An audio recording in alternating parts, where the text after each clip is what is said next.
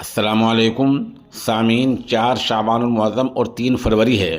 خبر کا عنوان ہے UCC کو لے کر میڈیا کی غلط بیانی، منفی رویہ۔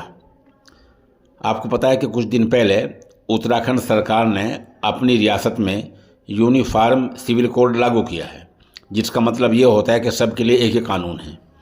لیکن جھول یہ چھوڑ دیا ہے کہ وہاں کے بعض قبیلے ہیں، بعض خاندان ہیں، ان کے لیے یہ قانون لاگو نہیں ہوگا۔ سرکار نے کہا کہ ان کی روایت، ان کی اقدار کو باقی رکھنے کے لیے ہم نے ایسا کیا ہے۔ سوال یہ ہے، اگر آپ چند قبیلوں کی اقدار اور روایت کو باقی رکھ سکتے ہیں تو اہل اسلام کی روایت کو باقی کیوں نہیں رکھ سکتے؟ ان صاحب کو کیا چیز ہے، کیا ضد ہے؟ خیر، مجھے اصل عنوان پر بحث کرنی ہے کہ میڈیا کا منفی رویہ۔ چنانچہ آج آن لائن آج تک پہ یہ دیا ہے کہ UCC سے کیا بدل گیا، اب مسلمانوں کے لیے کیا بدلا، عیسائیوں کے لیے کیا بدلا۔ عرض یہ ہے کہ مسلمانوں کے لیے کچھ نہیں بدلا ہے۔ مسلمان جو اہل ایمان ہیں، جن کا پختہ ایمان ہے، آپ کان کھول کر سن لیں، وہ صرف اور صرف قرآن و حدیث پر عمل کریں گے۔ قرآن کیا کہتا ہے، حدیث شریف میں کیا ہے، اجماعی طور پر فقہاء نے کیا فیصلہ لیا ہے، یہ 3 چیزیں اہل اسلام کے لیے سند کی حیثیت رکھتی ہیں۔ یہی دلیل ہے۔ ان کے علاوہ آپ کیا کہتے ہیں، اس سے پختہ اہل ایمان کو سرے سے کوئی سروکار نہیں ہے۔ ظاہر میں وہ بہت سے نیم پورے کر سکتے ہیں، فارم بھر سکتے ہیں، سب کچھ رجوع کر سکتے ہیں، لیکن جو اصل ان کے دل میں ایمان ہے وہ انہیں اس بات کی اجازت نہیں دے گا کہ وہ قرآن و حدیث کے اصول، ضوابط اور قواعد کو چھوڑ کر محض آپ کے جھانسے میں آ جائیں۔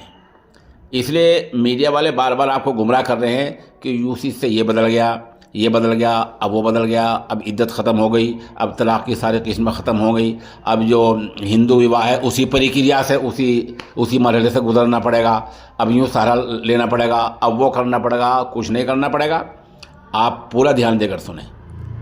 آپ گمراہ کرنے میں، افواہ پھیلانے میں، آپ بوگس باتیں کرنے میں کچھ کمی نہیں رکھ رہے ہیں، لیکن اللہ بہت بڑا ہے۔ واللہ خیر الماکرین۔ ایسی بات نہیں ہے، یہ تو وتلک الایام نداولها بین الناس، دور ہے، آتا ہے، جاتا رہتا ہے۔ آپ پھر سنیں، مسلمان کے لیے قرآن و حدیث کے علاوہ سرے سے کسی چیز کی کوئی حیثیت نہیں ہے۔ بس اب ہمارا بنیادی فرض یہ ہے، ہمارے جو ائمہ مساجد ہیں، مدارس کے مدرسین ہیں، محتم صائمان ہیں، ہمارے واعظ ہیں، مقررین ہیں، ہماری ملی تنظیمیں ہیں، ملی جماعتیں ہیں، سماجی کارکنان ہیں، ان کی بنیادی ذمہ داری یہ ہے کہ بغیر آڈ بنے، کوئی اڑچن نہ بنے، اپنے سماج میں اسلام مذہب کی صحیح تبلیغ کر دیں۔ بس یہ ان کا کام ہے۔ قانونی کیا داؤ پیچ ہیں، اس کو ماشاءاللہ مسلم پرسنل بورڈ اور جمعیت علماء ہند عدالت میں ہیں، وہ عدالت میں لڑ رہی ہیں، اور ان لوگوں نے ایسا اعلان کیا ہے کہ ہم عدالت میں جا رہے ہیں، معاملہ عدالت میں جائے گا، وہاں عدالت کیا فیصلہ کرے گی وہ بعد کی بات ہے۔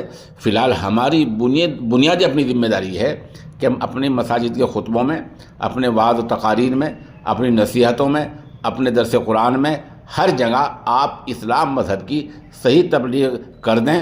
بس یہ آپ کی ذمہ داری ہے، باقی کام اللہ کے ہاتھ میں ہے۔ اور دعا بھی کریں کہ اللہ تعالیٰ ہر طرف امن و امان رکھے، شانتی رکھے، اور گمراہ کن باتوں سے اللہ تعالیٰ ہر مسلمان کو، بلکہ ہر شخص کو محفوظ رکھے۔